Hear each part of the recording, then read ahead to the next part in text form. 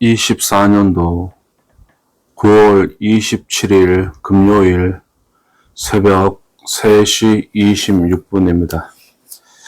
새벽 기도운동, 새벽 명상운동, 종교경전, 성경책 읽기 운동을 시작하겠습니다. 카도시 아도나이 엘로힘 차바옷, 거룩하신 하나님의 영광이 이 시간과 이 공간과 모든 차원과 모든 우주들의 하나님의 영광, 하나님의 은혜, 하나님의 섭리가 충만하도다. 하나님은 영원부터 영원까지 하나님은 하나님이십니다. 오늘은 이제 예레미야라는 사람은 2600년 전에 지금 중동 지방에서 생존했던 사람이고 그래요. 그리고 그거는 한 이런 선지자, 예언자, 종교 지도자였습니다. 그의 슬픈 노래, 그의 조국이 멸망당하는 것, 그것을 예언하고 거기에 멸망을 당해도 절망하지 말고 좌절하지 말고 소망을 가지고 희망을 가지라는 그런 메시지를 전한 사람이고 그렇습니다. 자, 지금 예레미야 공부 좀 해보겠습니다. 예레미야 애가는 한 도시 예루살렘이죠. 예레미야라는 사람의 슬픈 노래를 합니다. 슬프랬자 애가. 한 도시의 멸망을 읊은 한 도시의 멸망을 노래한 조가 죽음에 대한 노래이다. 한때는 자랑스러운 도시였으나 이제는 바벨론의 침략으로 초토가 된 예루살렘을 눈물로 묘사한 노래다. 예레미야는 5편의 시로 자신의 감정을 표현하고 있다. 즉, 예루살렘은 전멸을 당해 황무해졌다는 것이다. 그러나 애가를 히브리어 자모의 순서에 맞춰 지었다. 즉, 매 장마다 각 행의 첫 글자를 히브리어 첫 글자 알람으로 시작했다. 이 무서운 살육 속에서도 예레미야는 주의 성실이 크도소이다. 하나님의 성실이 크도소이다. 라고 의기양양하게 외치고 있다. 죽음과 파멸에 직면해서도 예레미야는 비극을 신앙의 승리로 바꾼다. 하나님은 과거에도 그를 실망시킨 적이 없었으며 미래에도 계속해서 신실한 자로 남으실 것을 약속하셨다. 하나님의 빛 안에서 예레미야는 소망과 위로를 잃지 않는다. 본서의 히브리어 표제는 1장, 2장, 4장의 첫 단어 어찌하여 라는 뜻의 에카에서 비롯되었다. 또한 본서는 애가 라는 뜻의 히브리어 키노트를 제목으로 사용하기도 하는데 이것은 이 단어가 이 책의 내용을 더 잘 나타내주고 있기 때문이다. 애가 슬픈 노래입니다. 이 책에서는 저자의 이름이 나오지 않는다. 그러나 내적 증거와 외적 증거를 보면 예레미야가 저자임을 알 수 있다. 외적 증거, 초기 유대교 전승이나 기독교 전승은 천주교 전승을 말하는 거예요. 유대교, 천주교, 기독교는 이제 천주교에서 갈라나온 종교고 그렇습니다. 유대교, 천주교 전승은 예레미야가 이 책의 저자라는 데 견해를 같이 하고 있다. 70인역의 예레미야 애가 서두에 붙인 다음과 같은 표제가 예레미야가 저자라는 점을 뒷받침한다. 이스라엘이 포로로 잡혀가고 예루살렘이 황폐하게 된 후 예레미야는 앉아서 울면서 예루살렘을 향하여 이 애가를 읊어 이르되 탈무드,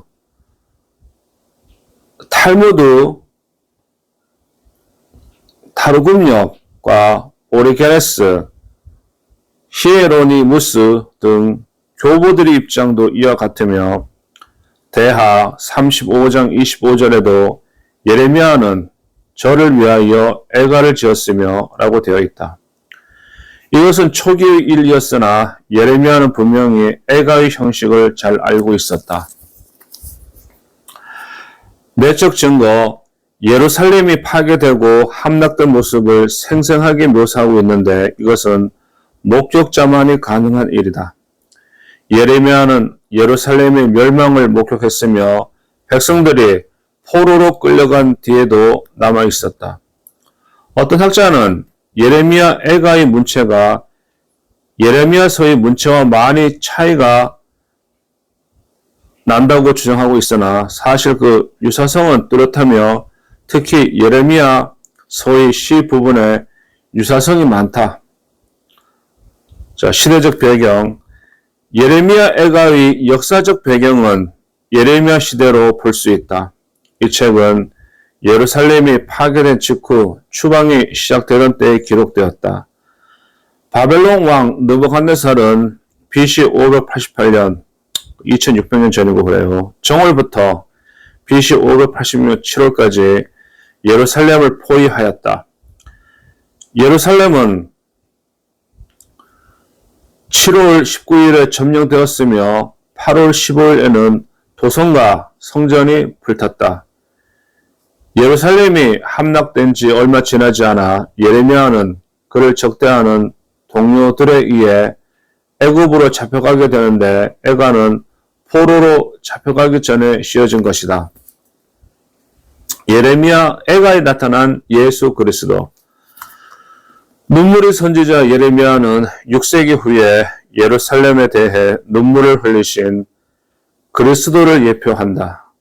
예루살렘아, 예루살렘아, 선지자들을 죽이고 내게 파송된 자들을 돌로 치는 자여, 암탉이 그 새끼를 날개 아래 모음같이 내가 너 자녀를 모으려 한 일이 몇 번이냐. 그러나 너희가 원치 아니하였도다. 보라, 너희 집이 황폐하여 버림바 되리라. 예레미야는 예수 그리스도처럼 죄 때문에 생긴 예루살렘의 공경과 인간의 고난을 자신이 당하는 것으로 여긴다. 예레미야 애가는 인간의 비통함을 잘 아셨던 예수 그리스도의 생애와 사역을 예표적으로 보여주는 요소들을 내포하고 있다. 그는 고난을 당하고 경멸을 당하고 그 적들로부터 조소와 조롱을 당했다. 자, 예레미야 애가를 푸는 열쇠. 애가. 예레미야의 5 애가에는 3가지 주제가 나오는데 그중 가장 두드러진 주제는 예루살렘이 겪은 무서운 재난에 대한 애곡이다. 거룩한 성읍이 황량한 폐허가 된 것은 죄로 인해 하나님의 심판을 받았기 때문이다. 예레미야는 탄식하면서 자신에 대해, 포로에 대해, 때로는 의인화된 도성 예루살렘에 대해 말하고 있다. 그 도시가 의인화가 되어버렸어요. 2번째 주제는 죄의 고백, 하나님의 의로우심과 유대에 대한 거룩한 심판이 합당하다는 사실을 자복하는 것이다. 3번째 주제는 분명히 드러나지는 않지만 아주 중요하다. 그것은 하나님이 자기 백성을 장차 회복하실 것이라는 희망이다. 그것은 하나님이 자기 백성을 장차 회복하실 것이라는 희망이다. 여호와는 때로 진노하시기도 하시지만 항상 자비를 베푸시며 자신의 언약을 진실하고 신실하게 지키신다. 요해. 예레미야는 40년 임박한 심판에 대하여 경고했기 때문에 거부당하고 비난받는다. 예레미야는 그의 인생 40년 동안 그 다가올 심판에 대하여 경고하고 예언했기 때문에 그 시대 사람들한테 거부를 당하고 그렇습니다. 결국 느부갓네살이 예루살렘을 침공하여 모든 것을 파괴했을 때 보통 사람 같으면 내가 그렇게 말하지 않았는가? 내가 그렇게 말하지 않았는가? 라고 말했을지도 모른다. 그러나 예레미야는 예루살렘의 비극적인 몰락을 자신의 몰락으로 생각하며 한때 자랑스러웠던 도시에 대한 망가로서 5편의 아름다운 시를 지었다. 이 슬픈 노래들은 죄를 짓고 목이 굳은 백성들에게 혹독한 메시지를 전해야 하는 하나님의 사람의 안타까운 심정을 반영하고 있다. 하나님의 사람의 안타까운 심정을 반영하고 있다. 성벽, 성전, 궁궐들은 모두 부서져 잿더미가 되고 백성들은 바벨론으로 포로가 되어 끌려간다. 예레미야의 5편의 비가는 다음 같은 제명을 달 수 있다.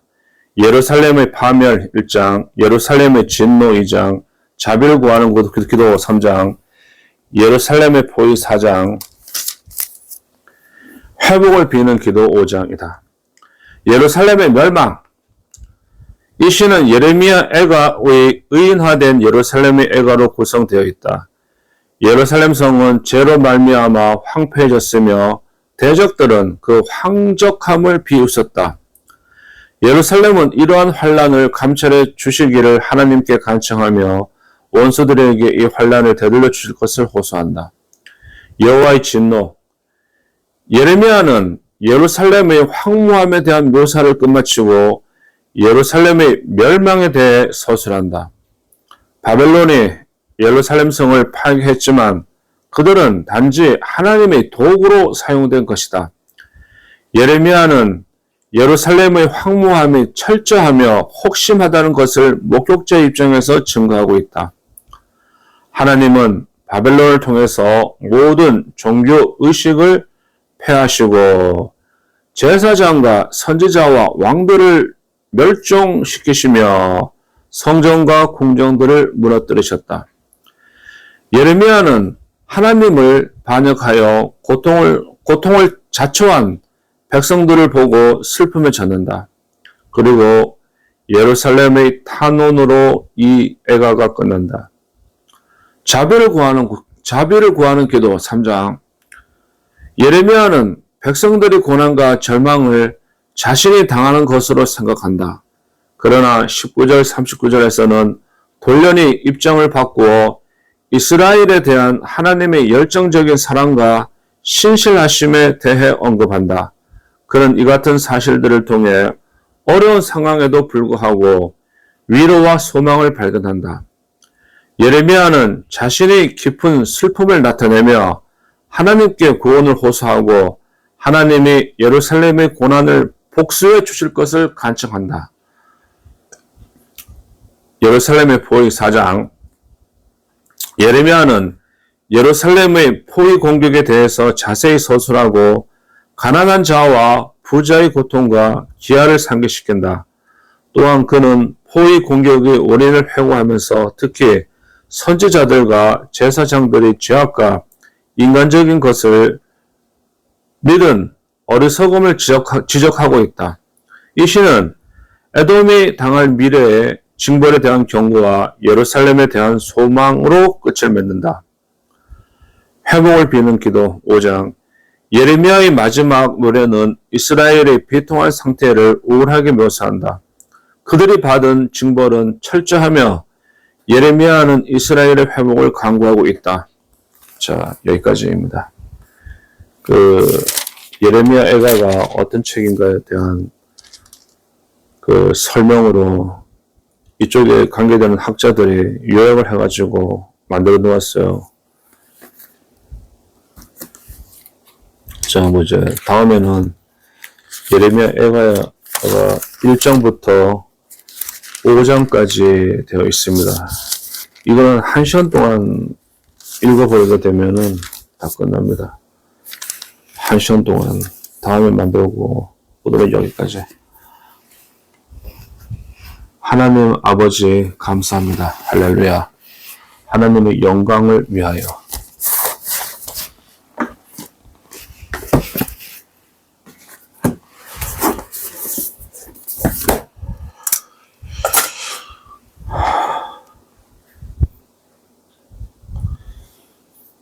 (2024년 9월 27일) 금요일 새벽 3시 42분입니다. 하늘에 계신 하나님 아버지, 이름이 거룩히 여김을 받으시오며 나라에 임하옵시오며 뜻이 하늘에서 이루어진 것 같이 땅에서도 이루어지나이다. 오늘날 우리에게 일용할 양식을 주옵시고 우리가 우리에게 죄 지은 자를 용서해 준 것 같이 우리 죄를 용서하여 주옵시고 우리를 시험에 들게 하지 마옵시고 다만 악에서 구원하여 주시옵소서. 대개 나라와 권세와 영광이 하나님 아버지께 영원히 싸움나이다. 아멘. 전지전능하사 천지를 창조하신 하나님 아버지를 내가 믿사오며 하나님의 아들 예수 그리스도를 믿사오니 예수님은 성령으로 잉태하사 마리아에게 나시고 빌라도에게 고난을 받으사 십자가에 못 박혀 죽으시고 장사한 지 사흘 만에 죽은 자 가운데서 다시 살아나시며 하늘에 올라가사 전지전능하신 하나님 우편에 앉아 계시다가 저리로서 산 자와 죽은 자를 심판하러 오시리라. 성령을 믿사오며 거룩한 공예와 성도가 서로 교통하는 것과 죄를 용서해 주시는 것과 몸이 다시 사는 것과 영원한 생명을 주는 것을 믿사옵나이다. 아멘. 감사합니다. 감사합니다.